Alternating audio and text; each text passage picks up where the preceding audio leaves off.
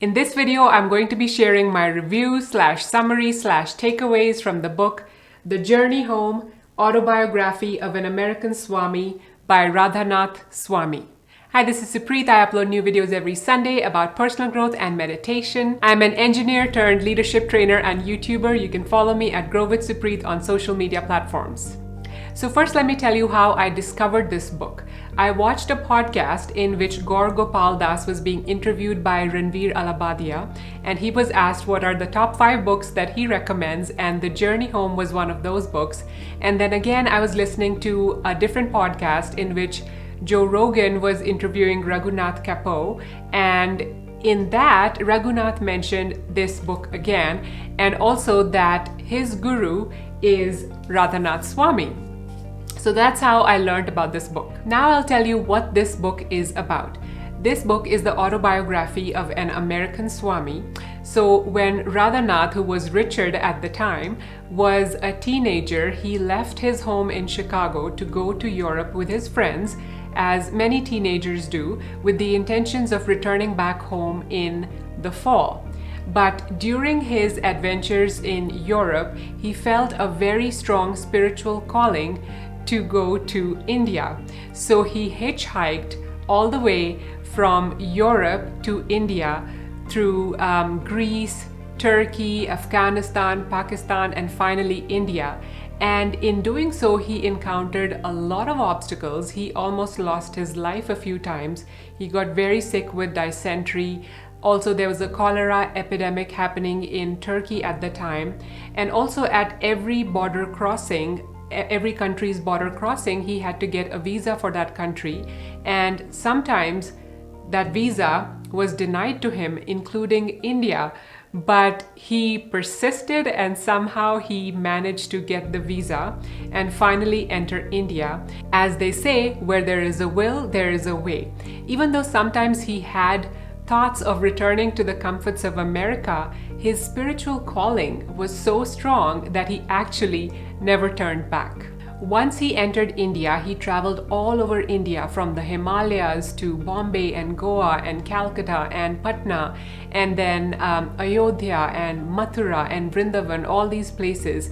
So he visited different ashrams and tried to learn from different sadhus and teachers, and also he spent some time by himself meditating in different places and living the life of a sadhu. As he was learning from all these different teachers and himself as well through his meditations, he was trying to find the answer to the question that which path of yoga would be the best for him and which spiritual teacher would be best for him. After 2 years of searching for his answer, he arrived in Vrindavan, where he spent 6 months, and that's where he realized that Bhakti Yoga is the path of yoga that he wants to pursue, and the teacher that he accepted as his teacher, even though lots of other sadhus and swamis had offered to be his teachers, he finally accepted his spiritual teacher to be Swami Prabhupada. Who should read this book? This book is for you if you are into spirituality but you don't want to read a preachy book.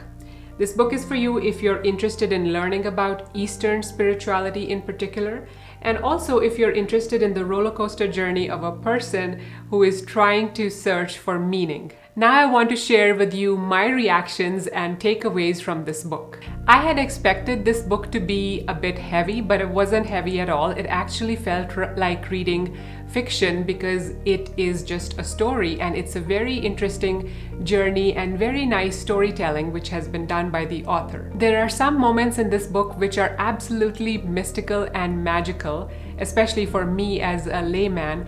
For example, how the author decided that Krishna Bhakti Yoga is his path.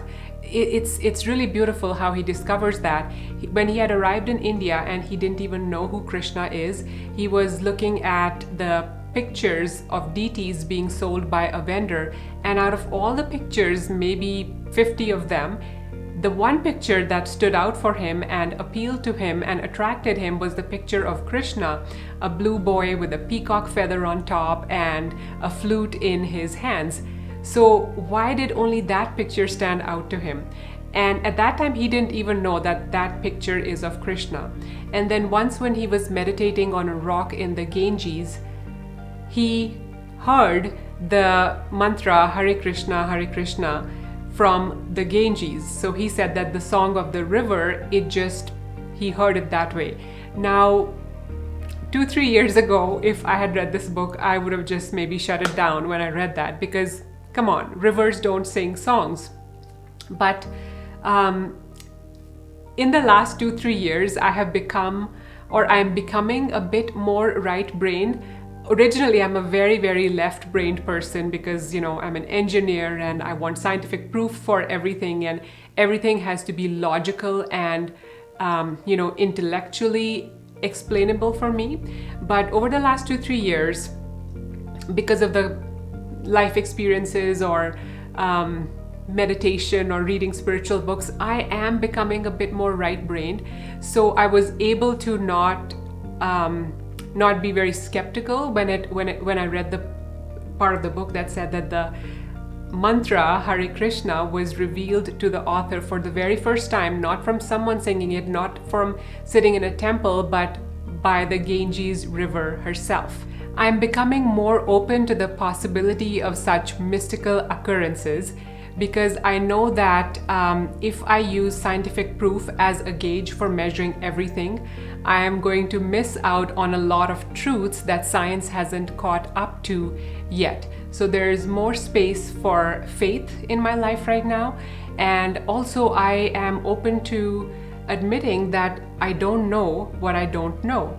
So I'm more open to the possibility of things that I cannot understand with my logical, intellectual mind. And that is the reason why I was able to enjoy this book so much more. And I think also the process of reading this book has maybe made me a little bit more right-brained than I was.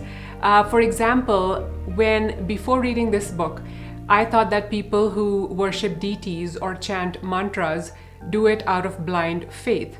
But reading this book and the way he has explained Bhakti Yoga has broadened my perspective around this as well. And now I am more convinced of the power of chanting mantras. One thing I believe is that the universe sends you signs that pull you towards your calling. And this was confirmed by the story of the author, because, out of all the pictures of the deities, why did he pick the Krishna's picture? And out of all the mantras that he may have heard, why did he only resonate most with the Hare Krishna mantra? And also, when he roamed from city to city in India, he always felt pulled to go to the next city or the next town to learn something more. But when he was in Vrindavan, where Krishna had spent a lot of his life, for some reason in Vrindavan, the author was compelled to stay, and he stayed the longest in that city for 6 months. So I think that was just the universe sending him different signs to give him hints that this is his calling. The path of Bhakti Yoga and devoting himself to Krishna is his spiritual calling in life. Another thing that I already knew, but it got reconfirmed by reading this book, is that when the author was going through Afghanistan and he saw the happy smiles on the faces of very poor people who were squatting on the roadside, he puts it very beautifully that the surreal combination of poverty and happiness short-circuited my intellect. Beautiful. Often the people who are poor are happier and often have bigger hearts than people who are rich. There are always exceptions, but I have seen that to be the case. I love this book and I would recommend it to you because it's a fascinating story and it helped me to learn more about Eastern spirituality and the lives of sadhus from the eyes of an American teenager, and also because it gave me a lot of aha moments. I love it when books or podcasts do that.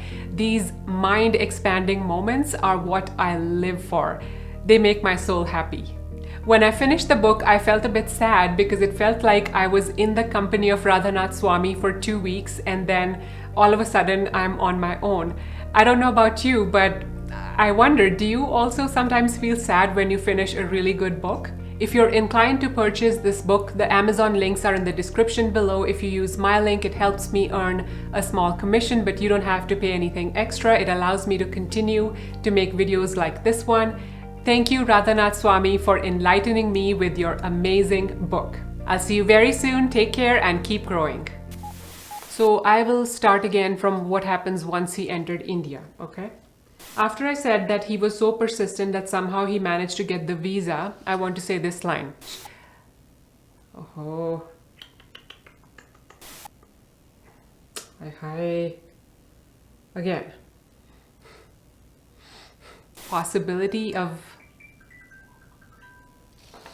Hang on, phone aa gaya. Oh boy. Okay, so where was I?